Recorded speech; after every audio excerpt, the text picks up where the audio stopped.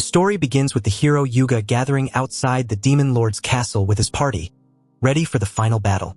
When they enter the castle, they are greeted by the Demon Lord's general, Yuki, who arrogantly taunts them for being too weak. The group's mage tries to attack Yuki with an energy blast, but he easily dispels it. Next, the swordsman tries to attack him, but Yuki kicks him away. Finally, the support mage, Cecilia, uses an enhancement spell on Yuga, and he attacks Yuki. However, Yuki defeats the entire group single-handedly. Defeated, Yuga wonders if this is the end of the journey for him and his friends. When Yuga faints, Yuki begins to heal all the defeated heroes. However, he notices that the support mage is very pretty. Shortly after, he takes the heroes to a prison in the castle, and Yuki's subordinates ask him if they should kill the heroes. Yuki is shocked by their presence, so all of his subordinates begin to scold him for staring at the unconscious Cecilia. In the end, Yuki tells them to dump the heroes near a human village, sadly saying goodbye to his angelic crush. After a month, the Demon Lord summons Yuki. The Demon Lord's right-hand man, Zakiel, asks Yuki how many times he has had to face the heroes who returned for a challenge. Yuki replies that they have challenged him 13 times already. The Demon Lord wonders why Yuki has not yet ended the heroes' lives. However, Yuki explains that those miserable heroes are not even worthy of his attention. Hearing this, the Demon Lord suggests letting his subordinates take care of the task and eliminate the heroes in his place. Yuki thinks that his poor servants have no chance against the heroes' power, but in reality, he does not want the beautiful support mage to get hurt. So, he offers to get rid of the heroes himself. The Demon Lord smiles, agreeing to let Yuki take care of it. As Yuki leaves the throne room and returns to his room, he feels worried about the heroes' lives. Yuki wonders what he should do now, since the Demon Lord will soon rule the entire world.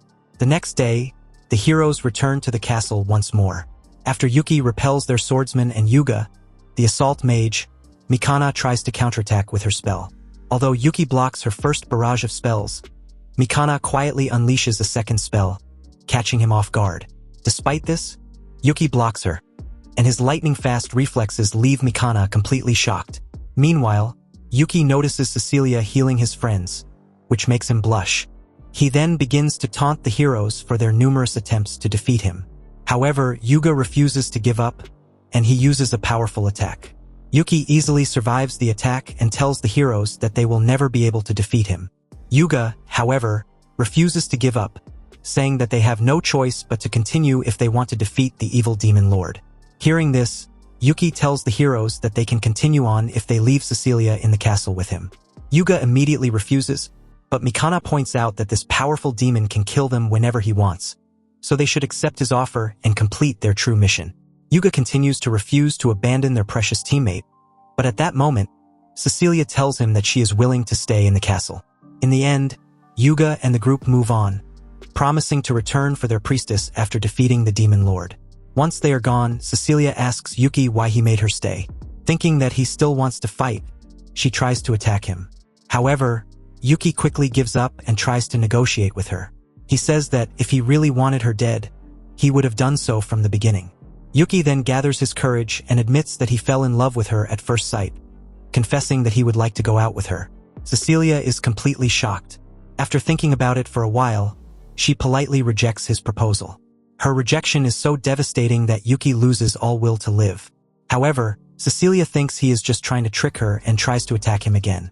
Seeing that Yuki doesn't even bother to defend himself, she stops her attack halfway through. Yuki tells her to go ahead and kill him, since he no longer wants to live, but Cecilia refuses to believe that he would give up so easily. He explains that he has been trapped in the Demon Lord's castle his entire life and reveals that he is only allowed to leave to destroy human villages, but that he never wanted to do so.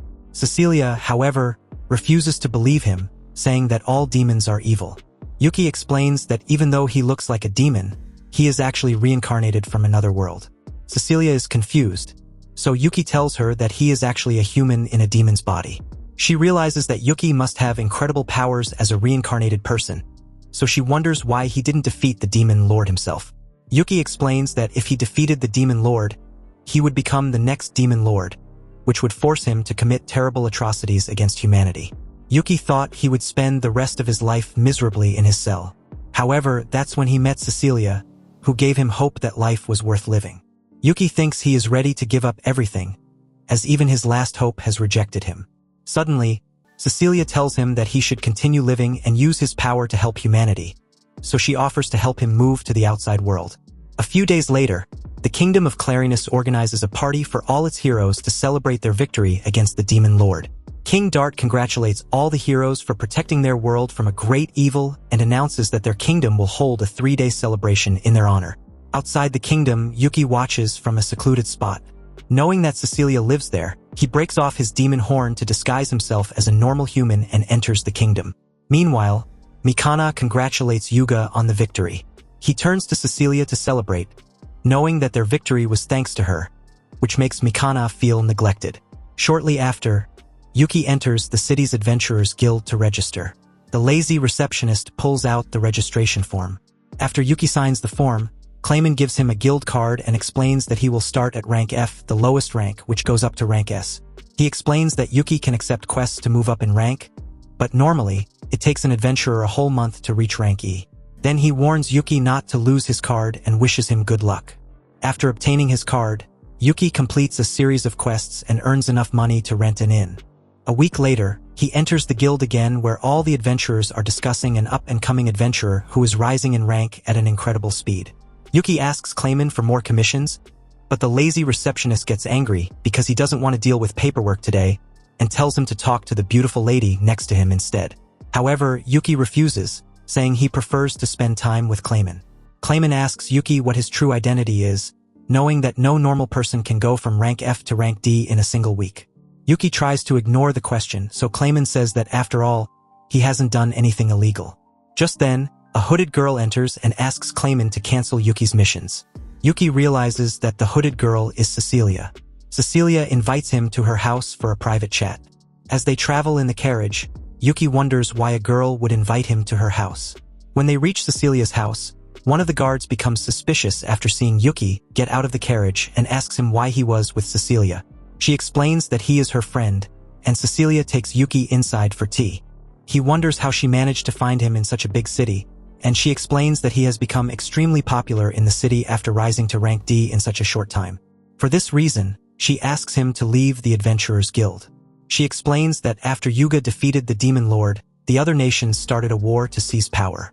She reveals that Yuga is already receiving many offers from the rulers, including women, money, and all the power he could desire.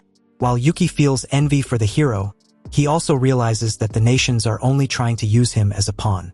Cecilia then points out that, with his extraordinary power, Yuki would also attract similar attention from nations wanting to exploit his strength, since he is even stronger than the hero.